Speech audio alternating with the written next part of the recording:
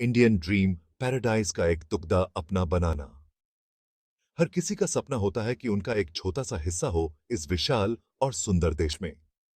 India अपने अलग अलग नजरों के साथ बहुत से लोगों को अपनी तरफ अट्रैक्ट करता है।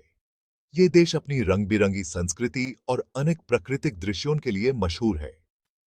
हिमालय के स्नो कैप्ड माउंटेन्स से लेकर शांत समुंदर तक इन खूबसूरत जगहों में अपना घर होने का सपना बहुत कॉमन है। ये सपना सिर्फ एक घर का नहीं, बल्कि एक ऐसी जगह का है जहां हम अपने मन को शांति दे सकें। एक पीसफुल घर का आइडिया, एक ऐसी जगह जिसको हम अपना बोल सके, ये बात हम सबके दिल में होती है। ये घर सिर्फ ईंट और पत्थर का बना एक मकान नहीं, बल्कि एक ऐसी जगह है जहां हम अपने सपनों को जी सकें। ये सपना सिर्फ प्रॉपर्टी खरीदने का नहीं है, ये जमीन से, नेचर से जुड़ने का और आने वाली जनरेशंस के लिए कुछ छोड़ के जाने का सपना है। ये एक ऐसी विरासत है जो हम अपने बच्चों को दे सकते हैं, एक ऐसी जगह जहां वो भी अपने सपने जी सकें। लेकिन ये सपना लैंड ओनरशिप लॉज की रियलिटी से टकराता है, जो इंडिया में हर स्टेट में अलग अलग हैं। हर स्टेट के अपने नियम और कानून हैं जो प्रॉपर्टी खरीदने और बेचने को रेगुलेट करते हैं। कुछ स्टेट्स, स्पेशली नॉर्थ ईस्ट में, ऐसे स्पेशल प्रोविजंस हैं जो नॉन रेजिडेंट्स को जमीन खरीदने से रिस्ट्रिक्ट करते हैं। ये प्रोविजंस वहां के लोकल कल्चर और हेरिटेज को प्रोटेक्ट करने के लिए बनाए गए हैं, ताकि वहां की असली पहचान बनी रहे। इसलिए अगर आप इंडिया में अपना एक तुगदा पैराडाइज खरीदना चाहते हैं, तो आपको इन सब कानून और नियमों को समझना होगा। लीगल एडवाइजर्स और लोकल एक्सपर्ट्स की मदद लेना जरूरी है, ताकि आपका सपना किसी भी लीगल कॉम्प्लिकेशन में न फेस। जब आप इन सब हर्डल्स को पार कर लेते हैं, तब आपका सपना सच होता है। एक ऐसी जगह जहां आप अपने परिवार के साथ खुशियों भरे पल बिता सकते हैं। एक ऐसी जगह जहां आप अपने सपनों को जी सकते हैं। ये है आपका अपना पीस ऑफ पैराडाइज। हेरिटेज की रक्षा करना। रिस्ट्रिक्शंस क्यों हैं? ये रिस्ट्रिक्शंस डिस्करेज करने के लिए नहीं, बल्कि प्रोटेक्ट करने के लिए है।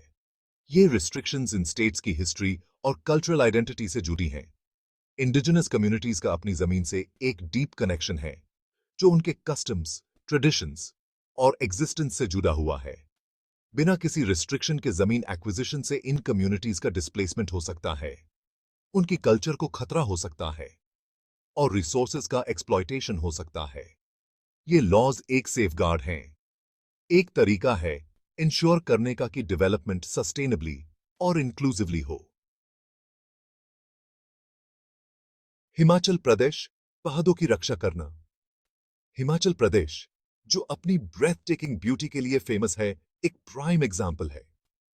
स्टेट के लैंड लॉज नॉन एग्रीकल्चरिस्ट्स को एग्रीकल्चरल लैंड खरीदने से रिस्ट्रिक्ट करते हैं। ये लोकल फार्मर्स के इंटरेस्ट की रक्षा के लिए है, जिनकी लाइवलीहुड इस जमीन पर डिपेंड करती है। ये लॉ इंश्योर करता है कि फार्मिंग एक वायबल ऑक्यूपेशन बनी रहे और अर्बनाइजेशन का प्रेशर फर्टाइल लैंड के फ्रैगमेंटेशन और लॉस का रीजन न बने।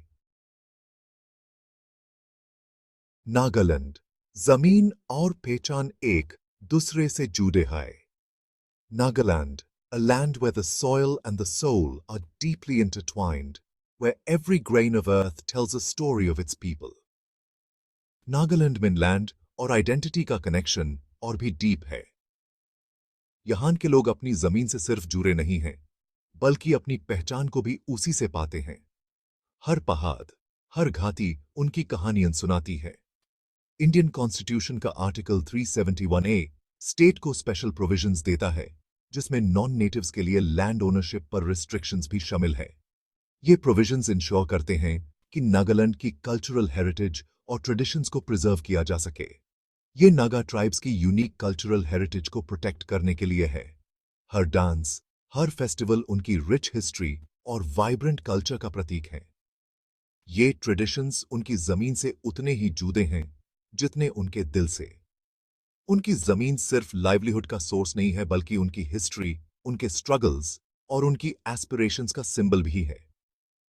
ये जमीन उनके पुरखों की मेहनत और उनके सपनों का निशान है। हर खेत, हर फसल उनकी कहानियां सुनाती है। लैंड ओनरशिप को रिस्ट्रिक्ट करने से उनके वे ऑफ लाइफ को प्रिजर्व करने में हेल्प मिलती है, और ये इंश्योर होता है कि बदलाव के दौर में उनकी आवाज दबाई न जाए। ये रिस्ट्रिक्शंस उनकी कम्युनिटी को एक साथ बनाए रखने में मददगार हैं और उनकी पहचान को मजबूत बनाते हैं। हर गांव, हर सामुदायिक मीटिंग उनकी यूनिटी और रेजिलियंस का प्रतीक है। ये जमीन उनके बच्चों के भविष्य का भी प्रतीक है। हर खेल, हर हाथ से बनी चीज उनकी संस्कृति को अगले पीढ़ी तक पहुंचाती है। ये उनकी विरासत है जो हर नए दिन के साथ और भी गहरी होती जा रही है। सेक्शन 5। सिक्किम एक अनूठी विरासत को संजोए रखना।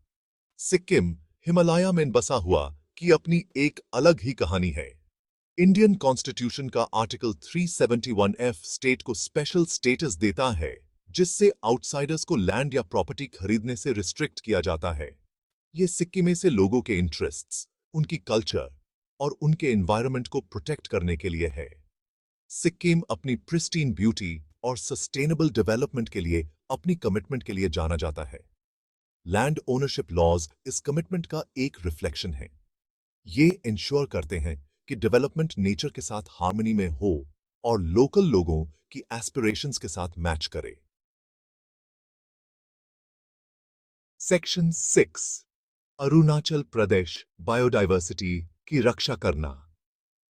अरुणाचल प्रदेश, जिसको अक्सर लैंड ऑफ द डॉनलिट माउंटेन्स कहा जाता है, अपनी रिच बायोडायवर्सिटी के लिए फेमस है।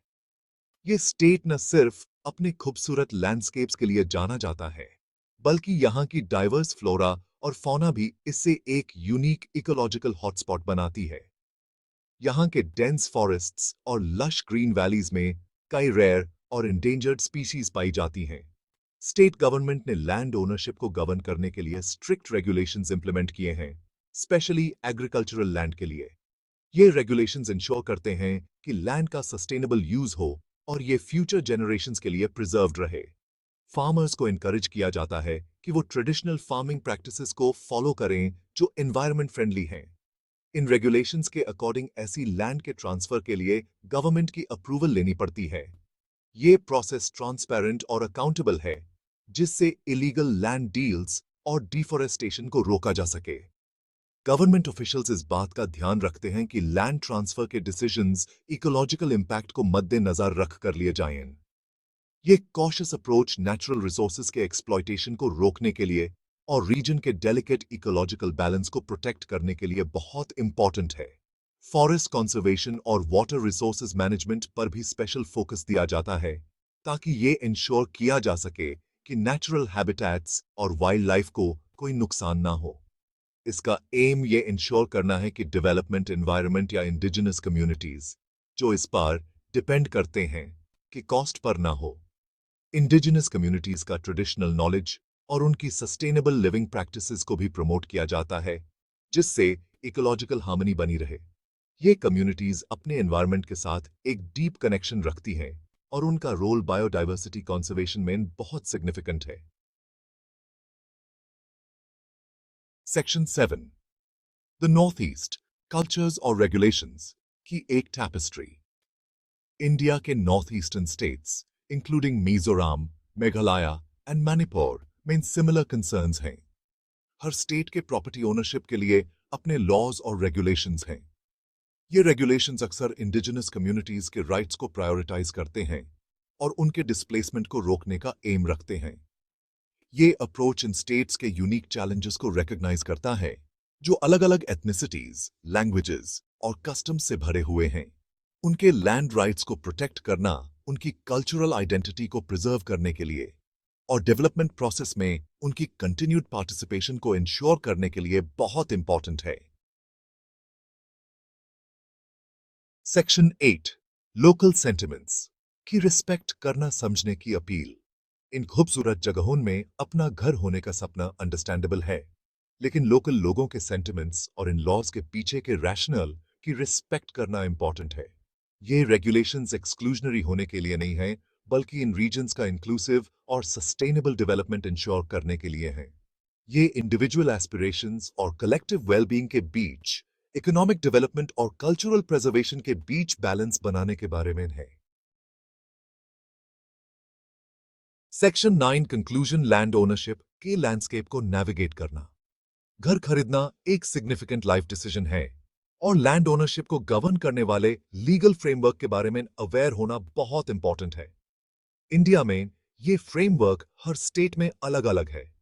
इन न्यूआंसेस को समझना, स्पेशली नॉर्थ ईस्ट जैसे रीजन्स में जहां स्पेशल प्रोविजंस हैं, इन्फॉर्म डिसीजंस लेने के लिए क्रूशल है। ये हिस्ट्री, कल्चर और उन लोगों की एस्पिरेशंस की रिस्पेक्ट करने के बारे में है जो इन जगहों को अपना घर बोलते हैं। ये इंश्योर करने के बारे में है कि हमारा सपना उनके लिए बर्डन ना बन जाए।